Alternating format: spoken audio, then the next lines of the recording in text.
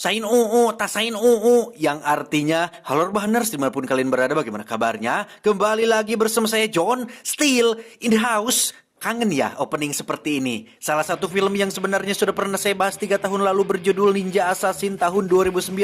Saya ingin mengulangi lagi sensasi adrenalin yang selama beberapa pekan terakhir ini sudah mulai melehoi. Ditakutkan mental dan keberanian kita semakin melemah dan cenderung berpeluang tinggi untuk ditindas oleh orang lain. Jangan sampai terjadi hal seperti itu karena pria punya harga diri. Jangan jadi orang lemah. Nah, karena besok pagi saya harus buru-buru berangkat ke Spanyol untuk menghadiri acara hitanan anaknya Charles Puyol, jadi langsung saya pasang headspin, simetriskan bos serbahan, kencangkan celana dalam. Selamat menonton dan cekicrot. Get it when I get back.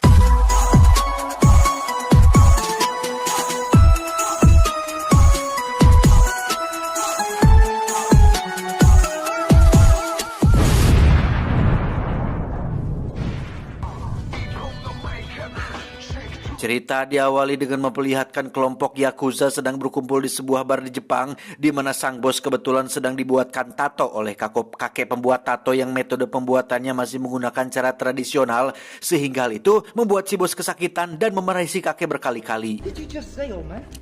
No, you didn't just disrespect me, did you? Tak lama salah satu anak buahnya pun membawa sebuah amplop berisi pasir hitam, yang hal itu langsung membuat si kakek ketakutan karena 1 tahun yang lalu dia mengalami hal yang persis sama seperti ini. Ada amplop berisi pasir hitam dan anggota Yakuza yang tertawa persis seperti yang mereka lakukan sekarang. Apa yang si kakek takutkan bukanlah amplopnya, tetapi apa yang akan muncul selanjutnya, yaitu ninja. Yang hal tersebut membuat mereka malah semakin membuat para Yakuza ini terbawa terbahak-bahak dan...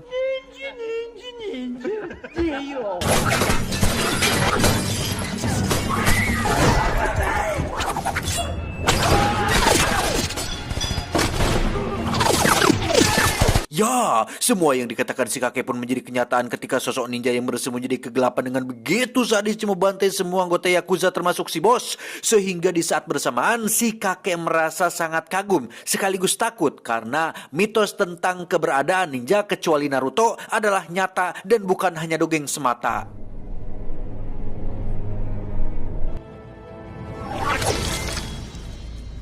Dan kisah dimulai pada bertahun-tahun silam, tepat di sebuah perguruan ninja atau lebih tepatnya markas sebuah organisasi ninja pembunuh bernama Klan Ozunu yang dipimpin oleh seorang master ninja bernama Guru Ozunu. Ini bebenguknya, selama berpuluh-puluh tahun kelompok ini telah melakukan berbagai tindak kriminal dan kejahatan manusia. Salah satunya adalah menculik anak-anak kecil untuk dijadikan murid dan calon para pembunuh masa depan. Yang dari sekian banyak anak yang diculik, ada satu anak yang baru datang bernama Raizo yang merupakan tokoh utama kita semua. Saat makan malam sedang berlangsung, Master pun menunjukkan salah satu kelebihan dari hasil latihan di klan ini, yaitu teknik menyembuhkan diri atau semacam healing factor yang dapat membuat penggunanya bisa memulihkan luka dalam waktu yang sangat singkat. This is a power.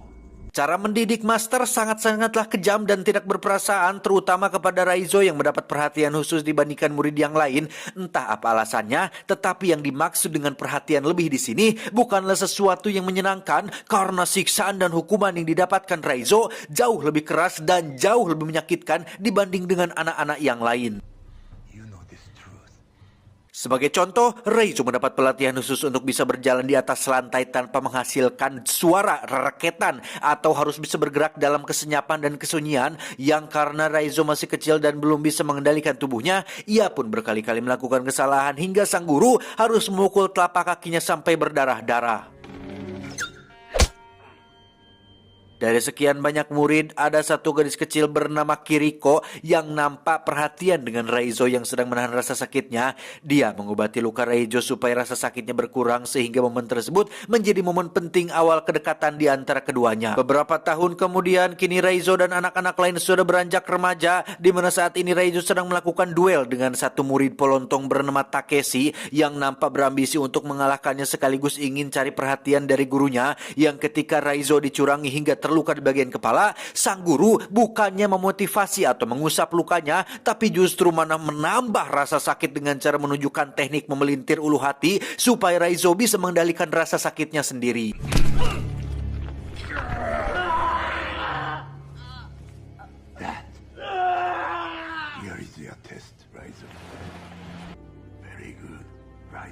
Tahun berikutnya, Raizo kembali menjadi satu-satunya murid yang mendapat pelatihan khusus, yaitu mempertajam panca indera dengan cara menutup matanya selama 1 tahun penuh, sehingga dari sekian banyak murid, hanya Raizo lah yang berhasil mencapai tingkatan tertentu dalam dunia ninja, yang hal itu dibuktikan ketika dia berhasil mengalahkan si Takeshi dengan mata tertutup. Giliran Kiriko yang bertarung, dia dapat dengan mudah mengalahkan lawannya. Namun sang guru punya perintah lain yang cukup berat yang mengharuskan Kiriko melukai lawannya dengan sangat parah. Yang karena Kiriko menolak perintahnya, maka dia mendapat sanksi langsung dari sang guru berupa satu tebasan yang melukai wajahnya. Tak hanya itu, Kiriko mendapat sanksi lain berupa kurungan selama 1 bulan, di mana Raizo yang merasa hutang budi pun berinisiatif membantunya bertahan hidup dengan cara memberikannya air minum melalui sebuah sedotan kecil. Beberapa waktu berlalu, Kiriko yang sudah tidak tahan pun nekat kabur sendirian, di mana Raizo yang memergoki hal itu pun sempat melarangnya. Karena jika dia melakukannya maka hukumannya akan sangat-sangat berat, yaitu kematian. Namun Kiriko tetap yakin dengan keputusannya karena setiap manusia berhak mendapatkan kehidupan dan punya hak untuk menunjukkan atau menentukan jalan ninjanya masing-masing.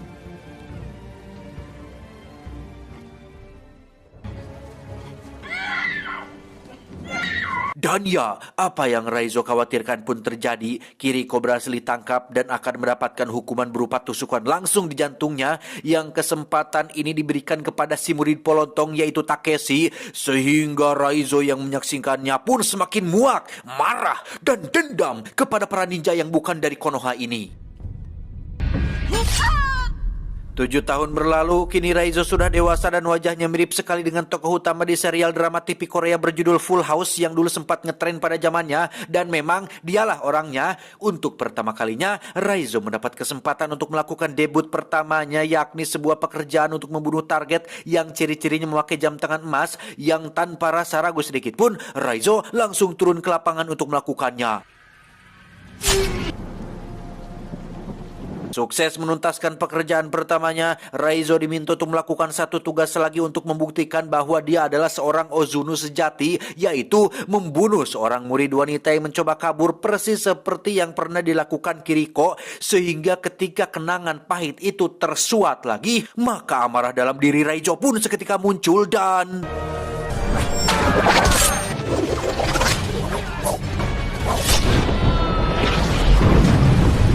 Entah bagaimana kronologi detail setelah kejadian itu, intinya si guru menganggap Raizo sudah berkhianat dan meninggalkan sedikit cindera mata berupa luka di wajah yang membuat satu mata si guru pecah, mamam si lebok. Dan kisah baru akan benar-benar dimulai ketika Raizo memulai hidup barunya dengan identitas yang baru. Dan inilah Chibimaru Kocan, loh, dan inilah Ninja Assassin. Beralih ke Berlin, kita akan diperkenalkan pada seorang agen Europol bernama Mika, tidak pakai tembayong, yang sedang memberikan laporan tentang penemuan aliran dana pemerintah yang dipercaya digunakan untuk membiayai sebuah organisasi pembunuh asal Asia yang tiada lain adalah klan Ozuno, di mana Ryan, rekannya yang selalu husnuzon kepada pemerintah, pun kurang percaya dengan informasi tersebut karena sangat mustahil pemerintah memakai dana rakyat untuk sesuatu yang tidak penting, seperti contohnya anggaran biaya tirai gorden 48,7 miliar atau sesuatu yang bersifat kepentingan pribadi atau masuk ke dalam kantong sendiri. Tidak mungkin para pejabat melakukannya. Hal itu sangat mustahil untuk terjadi. Iya kan? 2 hari kemudian, Ryan nyatanya peduli dengan penyelidikan Mia dan bahkan sudah mendapatkan beberapa informasi mengenai kasus ini, di mana 2 tahun yang lalu juga ada seorang agen intelijen asal Rusia yang sudah lebih dulu menyelidiki kasus ini, bahwa memang benar beberapa oknum pemerintahan dari beberapa negara diketahui sering memakai jasa dari klan Ozuno untuk menyelesaikan suatu permasalahan seperti menghabisi saingan politik, melukai pejabat jujur dengan cara disiram air keras di waktu subuh, dan lain-lain, sehingga apabila Mia ingin melanjutkan penyelidikan ini, dia bisa pergi ke Rusia untuk menemui istri dari si agen yang tewas 2 tahun yang lalu. I'm Mika Kuretti with Europol. Tanpa buang waktu, Mika langsung menemui istri dari mendiang si agent, di mana sang istri menjelaskan bahwa 1 tahun setelah suaminya melakukan penyelidikan terhadap kasus ini, ia menjadi seseorang yang borangan alias parnoan. Saking parnonya, dia sampai memasang banyak sekali lampu sorot dan kamera CCTV seolah takut dengan sesuatu yang ada di balik kegelapan. Dan benar saja, pada malam kematiannya, semua lampu tiba-tiba padam, namun kamera CCTV masih aktif dan berhasil merekam sedikit dari apa yang terjadi pada malam itu. Saat Mika periksa, ternyata ada wajah Reizo yang sedang bertarung dengan sesuatu yang tidak tertangkap kamera. Entah dia pelakunya atau sedang bertarung dengan si pelaku. Namun Mika percaya bahwa Reizo adalah kunci untuk mengungkap kasus ini. Aku mah masih pemula. Ajarin dong, sepuh, ajarin dong, masih pemula. Kembali ke Reizo dengan kehidupan barunya di kota, dia kebetulan sedang berada di tempat cuci pakaian tepat saat ada seorang wanita Jepang meminta pertolongannya. Yang berkat latihan selama bertahun-tahun, Reizo memiliki insting yang sangat-sangat tajam hingga dapat menyadari jika wanita yang ada di depannya saat ini adalah seorang ninja yang diutus untuk membunuhnya, sehingga Reizo sendiri tinggal di sebuah apartemen biasa. Setiap kali dia pulang dari luar, Reizo pasti selalu memeriksa barang-barang pribadinya untuk memastikan tidak ada orang yang masuk ke tempat tinggalnya. Dan saatnya jadwal latihan, Reizo sesekali teringat dengan perkataan sang guru mengenai cara hidup seorang ninja, bahwa rasa sakit adalah kelemahan dan satu-satunya cara untuk mengatasinya adalah mengendalikan rasa sakit itu sendiri.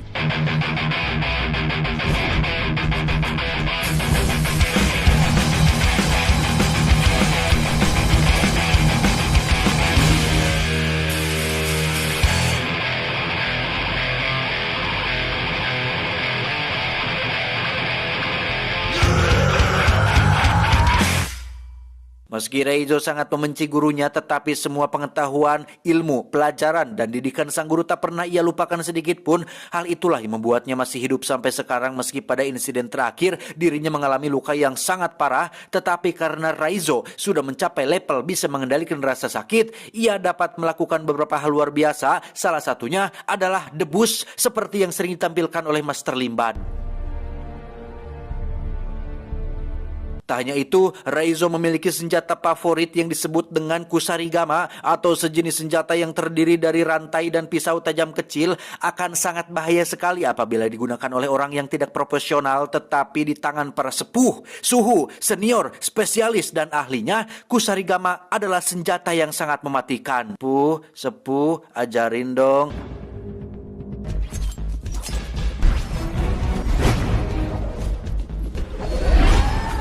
Reizo sebenarnya punya banyak kesempatan untuk pergi sejauh mungkin atau bersembunyi di tempat aman yang terpencil dibandingkan berada di kota dan tempat terbuka seperti ini. Tetapi bayangan akan rasa sakit hati kehilangan Kiriko masih membekas di ingatannya. Setelah diculik dari keluarganya, hanya Kiriko lah harapan Reizo untuk memiliki seseorang yang tulus peduli terhadapnya. Tetapi sang guru malah membunuhnya begitu saja, sehingga sekarang saat ini tujuan Reizo adalah untuk membalas dendam kepada si guru dan klannya dengan cara bekerja sama dengan Mika yang kebetulan sedang menyelidiki tentang klan Ozunu.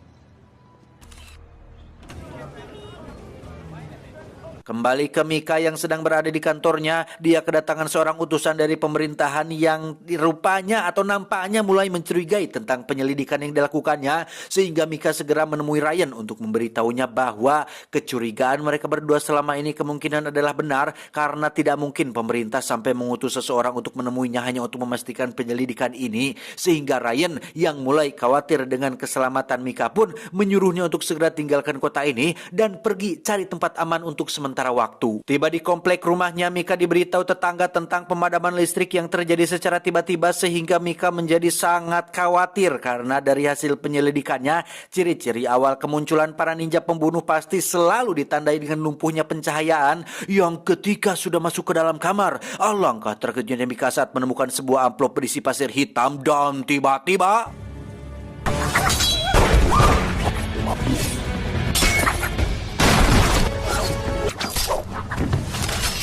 Sungguh tak diduga, Raizo sudah ada di sana selama berjam-jam hanya untuk melindungi dan menemui Mika secara langsung. Yang tujuan daripada dia ke sini adalah tentu saja untuk membantu Mika menemukan klan Ozunu sekaligus membalas dendam kepada si guru.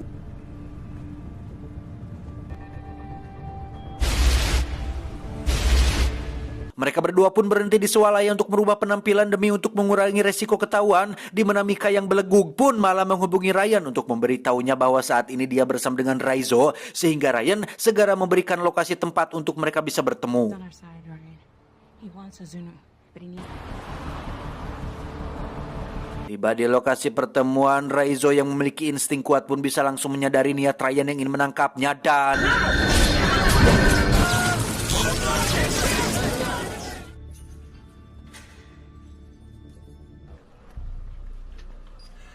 Ryan ternyata punya agenda tersendiri dan metode tersendiri untuk menggali informasi mengenai klan Ozunu, yaitu dengan menangkap dan menginterogasi Raizo dengan cara yang akan sedikit memaksa, berlokasi di sebuah gedung kosong dengan tangan dan kaki yang terikat lengkap dengan lampu sorot agar Raizo tidak bisa kabur di kegelapan. Ryan yakin jika caranya akan lebih efektif untuk menyelesaikan kasus ini. Kasihan melihat Raizo, Mika pun menemuinya untuk sekedar memberi air minum, yang di situ Raizo memperingatkan Mia bahwa lokasi mereka berada saat ini terlalu terbuka dan terlalu mudah untuk dilacak oleh para ninja, sehingga Mika dengan cepat menemui Ryan untuk memperingatkannya bahwa saat ini mereka semua sedang dalam bahaya. Tetapi Ryan yang percaya diri dengan pasukan taktisnya pun tidak mengindahkan peringatan tersebut sampai...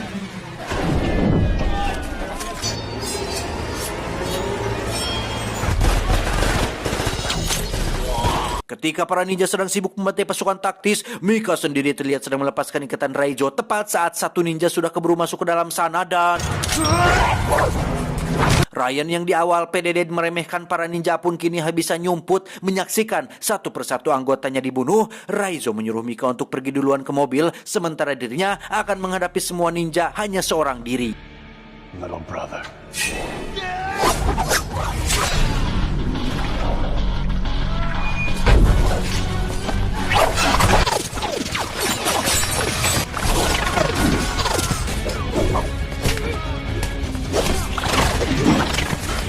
Mika sendiri terlihat sudah berada di mobil menunggu kemunculan Raizo, yang ketika dia sedang harap-harap cemas, tiba-tiba...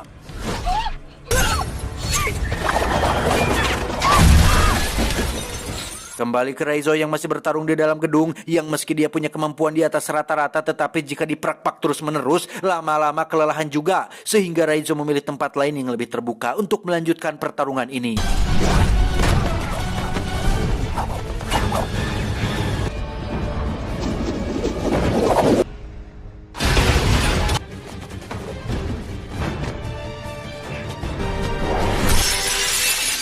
Jika sebelumnya mereka terbiasa bertarung di dalam ruangan yang penuh dengan sudut-sudut gelap, sekarang para ninja pembunuh ini harus membiasakan diri bertarung di tengah jalan, yang karena Raizo sudah terlalu kelelahan, akhirnya dia pun kecolongan saat perutnya terkena tebasan pedang, yang ketika Takeshi akan mengakhirinya, tiba-tiba...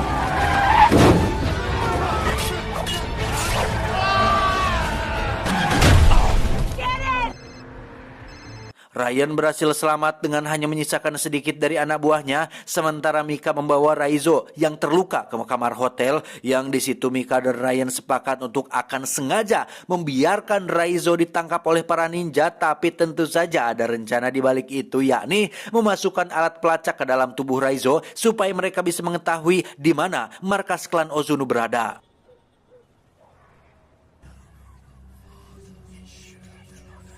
Raizo dibawa dalam sebuah peti besi untuk diserahkan kepada si guru, yang dalam sepanjang perjalanan menuju ke sana, Raizo memilih untuk bersikap tenang dan tidak panik. Justru dia malah teringat dengan ajaran sang guru mengenai teknik menyembuhkan diri menggunakan jurus segel tangan yang berfungsi untuk mengubah cakra menjadi obat efektif, yang saking efektifnya luka pada perut Raizo bisa rapat sendiri tanpa bantuan obat merah atau betadine.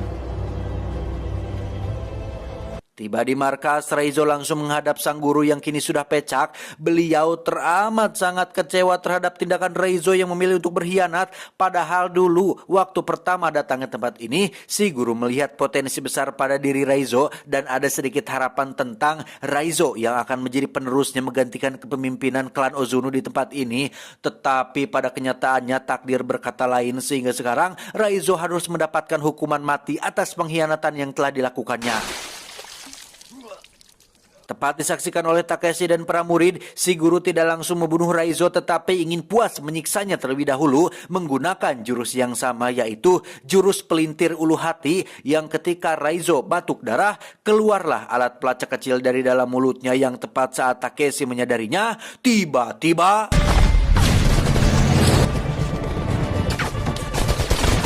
meski para ninja ini bisa muncul dan hilang dalam kegelapan, tetapi ketika dihadapkan dengan pasukan militer senjata berat, tetap saja mereka kewalahan dan tak bisa menghindar dari peluru yang ditembakkan. Sementara itu, Raizo yang ikatannya sudah dilepas pun memilih untuk masuk sendirian mencari Takeshi dan si guru untuk membalas dendam atas Kiriko. Dengan modal 2 bilah pedang di tangan, Raizo harus menghadapi Takeshi dan 4 anak buahnya yang momen ini benar-benar beradrenalin karena pertarungan dilakukan dalam jarak dekat dengan senjata yang berseliweran di mana-mana.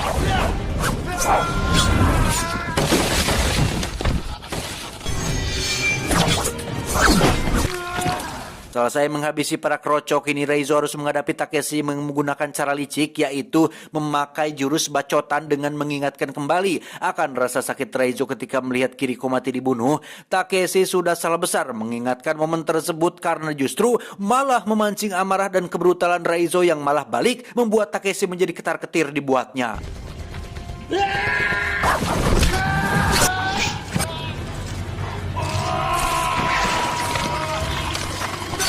Selesai menghabisi Takeshi, saatnya Raizo menghadapi sang gegedugnya alias si guru yang di sini beliau menggunakan teknik rahasia yang belum sempat diajarkan, yaitu jurus ilusi bayangan yang membuatnya mampu hilang dan muncul dengan sangat cepat.